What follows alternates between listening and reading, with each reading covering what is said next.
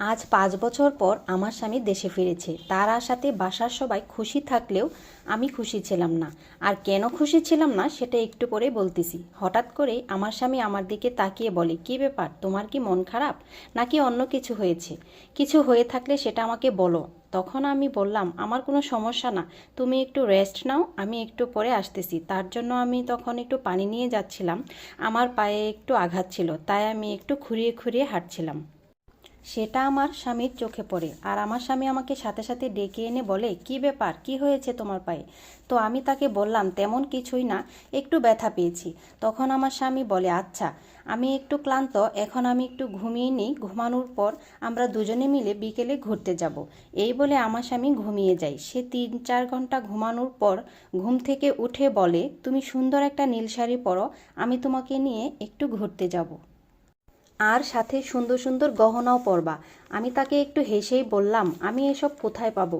আমার তো হাতে গোনা ২-৩টা শাড়ি আর ২-৩টা জামা আছে, যে জামাগুলো আমি সব সময় বাসায় পরি। আমার স্বামী তখন চেঁচিয়ে আমায় বলল, মজা করো না আমার সাথে, আমি যেটা বলেছি সেটাই করো। আমিও তাকে জবাব দিলাম, কেন মজা করব তোমার সাথে? যা সত্য তাই বলেছি, আমার এর থেকে বেশি আর কিছুই নেই। তখন আমার স্বামী আমাকে বলল, আমি তো ৪-৫ মাস পর পর আমার মায়ের অ্যাকাউন্টে টাকা পাঠিয়েছি, প্রতি মাসে তোমাকে ২,০০০ টাকা দেই এক্সট্রাভাবে। এই তো ২ মাস আগেও তোমার জন্য ১,০০,০০০ টাকা পাঠিয়েছিলাম, তোমার স্বর্ণের গহনা বানানোর জন্য। এইসব কোথায় গেল? আমি একটু বিরক্ত হয়ে বললাম, এইসব আমার কিছুই নেই, আমি কোথাও যেতে পারবো না। তখন আমার স্বামী বলে, ফোন দিলে তো ঠিকই বলতা যে তোমার সব কিছুই আছে, এখন এইসব কোথায় গেল? একটা সময় স্বামীর সাথে গরম গলায় কথা বললেও শেষ পর্যন্ত আমি কান্নাটা ধরে রাখতে পারলাম না। তখন আমি আমার স্বামীকে বললাম, তোমার মা এইসব আমাকে কিছুই দেয়নি, পাশের রুমে তোমার মা আছে, চাইলে তোমার মাকে ডেকে এনে আমার সামনেই জিজ্ঞাসা করতে পারো। এই কথা শোনার পর আমার স্বামী তার মাকে ডাক দিল। মুহূর্তে আমার শাশুড়ি আমাদের রুমে চলে এলো। এসে আমার শাশুড়ি জোর গলায় বলা শুরু করলো, কি হয়েছে বাবা, বউ কি তোর সাথে ঝামেলা করতেছে? তুই তো এক্ষুনি ঘুমাচ্ছিলি। উল্টো আমার স্বামী তার মাকে জিজ্ঞাসা করলো, আমার বউয়ের শাড়ি কই, স্বর্ণের জিনিস কই, ওকে যে আমি এতগুলা জিনিস দিলাম ওগুলা কই? আজকে আমি এত বছর পর বাসায় এসেছি, তারপরেও দেখি ওর গায়ে নোংরা একটা কাপড়। তারপর আমার শাশুড়ি চুপ হয়ে গেল, তার মুখ দিয়ে একটা কথাও বের হচ্ছে না।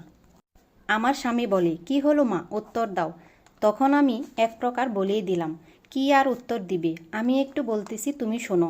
তুমি বিদেশে যাওয়ার পর তোমার মা আর তোমার বোন আমাকে অনেক কষ্ট দিয়েছে, যেটা বলার মতো না।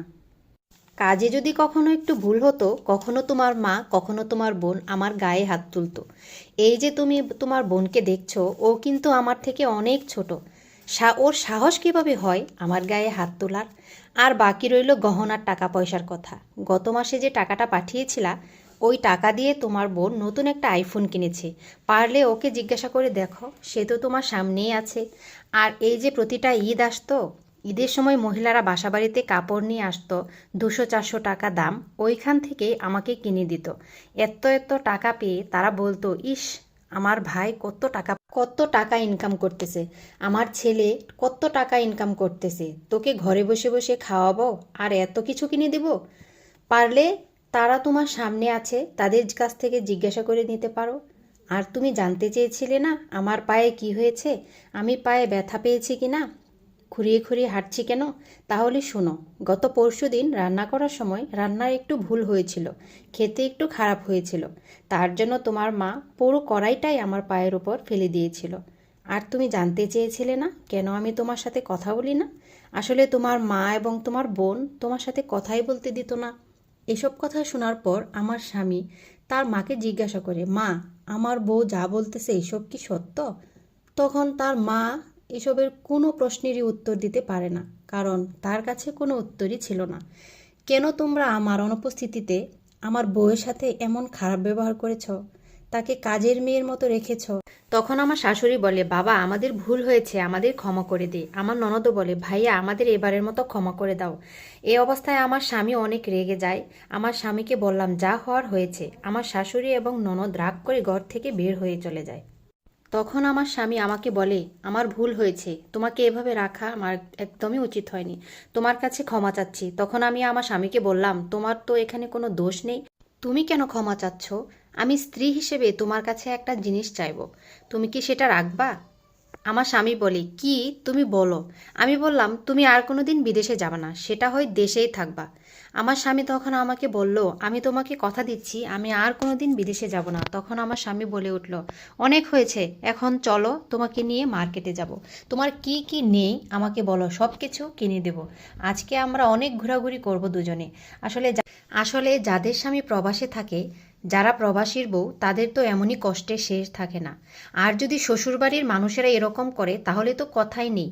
আর প্রবাসী ভাইদের বলবো, সবসময় নিজের পরিবারকে বিশ্বাস করে নিজের বউকে তাদের কাছে জিম্মি রেখে যাবেন না। নিজের বউকে যদি টাকা পাঠাতেই হয় তাহলে আলাদা করে তার অ্যাকাউন্টে টাকা পাঠাবেন, যাতে সে নিজের ইচ্ছা মতো টাকা তুলে নিজের ইচ্ছা মতো চাহিদা পূরণ করতে পারে। টাকার জন্য শ্বশুর শাশুড়ির কাছে যেন হাত পাততে না হয়। এই গল্পের চরিত্রের সাথে আমার জীবনের কোনো মিল নেই। একটা বোন আমাকে মেসেঞ্জারে এই গল্পটা দিয়ে বলেছে আমি যেন ফেসবুকে এই গল্পটা শেয়ার করি, সেজন্যই আমি শেয়ার করেছি। এবং সবাই সে পর্যন্ত ভালো থাকবেন, সুস্থ থাকবেন। আরেকটি নতুন ভিডিও দেখার আমন্ত্রণ রইল। আল্লাহ হাফেজ।